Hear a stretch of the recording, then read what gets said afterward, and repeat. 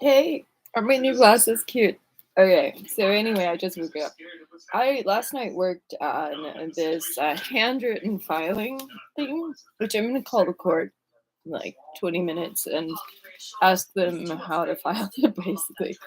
So it's basically state of Oregon, there's Mary Rosalyn motion to dismiss. Marying motions this court for the dismissal of this matter for the reasons set forth in the documents filed in support of this motion. Good cause exists to grant this motion. Respectfully submitted. Okay. Let's see. Okay. Hmm. Okay. In the circuit court, this is declaration in support of motion to dismiss. I, Mary Ng, declare complete innocence on this misdemeanor allegation regarding seeking domestic violence advocacy to negotiate on my behalf regarding lifeboat discrimination, which is under investigation. Clatsop Community Action gave me a voucher for clothing from Lifeboat. The domestic violence advocate attempted to intercede with the conference call by placing the speakerphone on, arguing for a path forward out of the discrimination practice. I became so alarmed when Ozark Iraq became threatening to us, urging us that she is lucky we didn't file charges about a lie he made up. I believed his threat to lie about me to the courts and to the police to be a criminal threat to conspire to commit a crime, such that his threats to me, which included meal denial, clothing denial, sabotage of job options, defamation to local officials, and the threat to press charges on me, were so alarming that I should record them for my safety due to my fear of his history with drug dealing and firearms. I very much feared for my safety, having been assaulted and threatened by his clients. His employee Garth Heck has recently threatened I will be knifed for reporting Lifeboat to bully for disability and gender discrimination. I was concerned the city and county failed to investigate numerous reports of bullying, violence, and verbal abuse at Lifeboat, including numerous instances of sexual assault.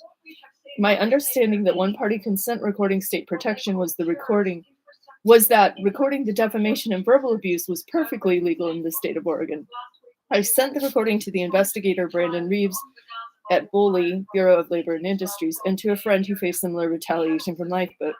My understanding was Lifeboat's ongoing discrimination against wheelchairs was a severe violation of the Federal Americans with Disability Act, and Lifeboat discrimination against me was due to prejudice against my gender, my disability, my GLBTQ status, my family status, and my socioeconomic status. It was never my intent to violate any law, but to help the laws that are being broken by Lifeboat to the detriment of the community. When Officer Hansen interviewed me early March 17, 2023, I spoke to him due to my confusion. He was responding to recent inquiries about a sex offense and hand around the throat oppressive intimidation tactic used by Corey Quint when Ozark Iraq began to bully me. I struggled to gain the courage to make this report or get police to interview the opposing party. When Hansen began to speak with me, I believed he was then concerned about the dire and dreadful discrimination practiced by Lifeboat, in which I had no lunches or clothing or socialization for 10 months due to reporting Orak harassing me and other low-income women. Hansen was not concerned that Ozark Iraq discriminates against women or wheelchairs, or that Ozark planned to make false charges on me, or that I was afraid of Ozark's temper. I did not have legal representation and lost my mail key due to my role caregiving for my partner's liver cirrhosis and declining health. As a victim of gender-based violence, I am devastated that my pretrial release prohibits any harbor service for ongoing mental agony due to gender-based violence I have suffered. Ozark Iraq's refusal to feed me for 10 months to punish me for reporting him propositioning homeless women about his blue balls has reignited eating disorders I had under control. The prospect of facing a conviction, a trial, and or a loss of status in this community has devastated me with resurgence of severe mental anguish and suicidal ideation, which I tried to control by seeking the support of my counselor. I am concerned that Lifeboat refused to give me my file or tell me if my insurance was billed for their Beacon program, and that Ozark Iraq had admitted civil rights violations and retaliation. My lawyer, Lane Borg, has dropped me due to a conflict of interest. I never intended to break any law, and I assumed one-party consent was simple, cut, and dry and protected me. My motive was to capture the abuse of a man who has lied about me, starved me, and hid his criminal record about drugs and firearms from the public. His presumed right to secretly berate, verbally abuse, and bully people like me, I do not think trumps Astoria's homeless right to humane treatment. I hope that the harbor realizes I was deeply alarmed by his elevated tone, given his history of bullying me and people like me. I am concerned this case will drag on, inflicting misery on vulnerable, marginalized persons. I, as a filmmaker, have filmed thousands of short films and frequently record parts of my day because I find it interesting. I found it interesting that no one enforces equity or humane treatment from Lifeboat. My possibly undiagnosed autism tends towards needs for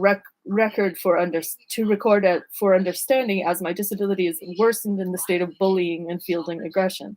I declare that I have no perverse enjoyment of the humiliation I endure being bullied by Ozark, being bullied by him for being a domestic violence victim, and that I feel that the Clatsop District Attorney will have to exploit my use of the Harbor Domestic Violence Crisis Center to even more jury members, which is a cruel and unusual punishment to a person already suffering poor nutrition, poverty, discrimination, harassment, and violence.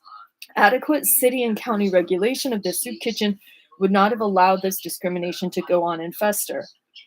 Bowley's investigation is slated to go on, possibly through 2024, and I feel this case is an attempt to retaliate against me and to intimidate one for my good faith report to the state agency and to silence me for the participation in that case, much as the threat that I would be knifed to death by Guard Heck was a threat to gag me as a whistleblower.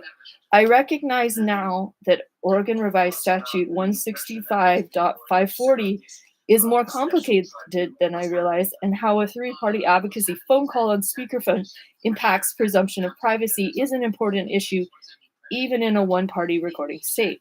I am willing to make any apologies to the Harbor who have repeatedly stated they did not want to prosecute me for a good faith attempt to protect vulnerable people from being exposed to abuse. A retired law enforcement officer told me to record Ozark Orak when he becomes abusive. I realize now that time, place, and setting are important, and without the will of the people to recognize the abuse or discrimination, my recording is not taken in the spirit in which it was made, to liberate the homeless and low income from abuse and discrimination. The lack of chance I would have a speedy trial or adequate public defense are an inhibition to the pursuit of justice. This case has damaged my participation in friendly relationships with police officers I respect, as my role negotiating on behalf of the homeless or mentally ill normally frequently puts me in contact with officers. I believe my position as a female facing repeated acts of male violence in my adult life makes me feel alarmed to lose confidence or trust in the justice system. Police always tell you to report abuse or record abuse so there will be evidence. In this case, my evidence is considered improperly obtained due to my inability to decipher the nuance of the law or comprehend why one-party recording would not apply in a call in which the Domestic Violence Center advocate is calling with me on the line. This case will surely hurt her immensely, as she is put in the position of trying to answer questions for a call she made on my behalf, and my fear of the abusive person's patterns of behavior to me that terrified me. No Harbor domestic violence provider would ever seek to incarcerate victims for seeking services. It is a sad state of affairs. Ozark Orak would seek to hurt me by denying me food and clothing and tasking me with either keeping his secrets of poor treatment of the poor or resorting to journalistic attempts to expose wrongdoing. Respectfully. And I mostly think they won't do anything. And I get to see Bo Peterson August 21st, and I really like him. And I kind of want to wait and submit this for him. And I think what's going to happen when I call the courthouse is they're just going to say, oh yeah, you can submit it, but we don't know who'll look at it. And if like McIntosh or Kirk Wintermead, they both need to recuse from anything to do with my case. So Bo, maybe. Matthias, no. Anyway, I'm going to have some coffee. I hope you enjoyed that.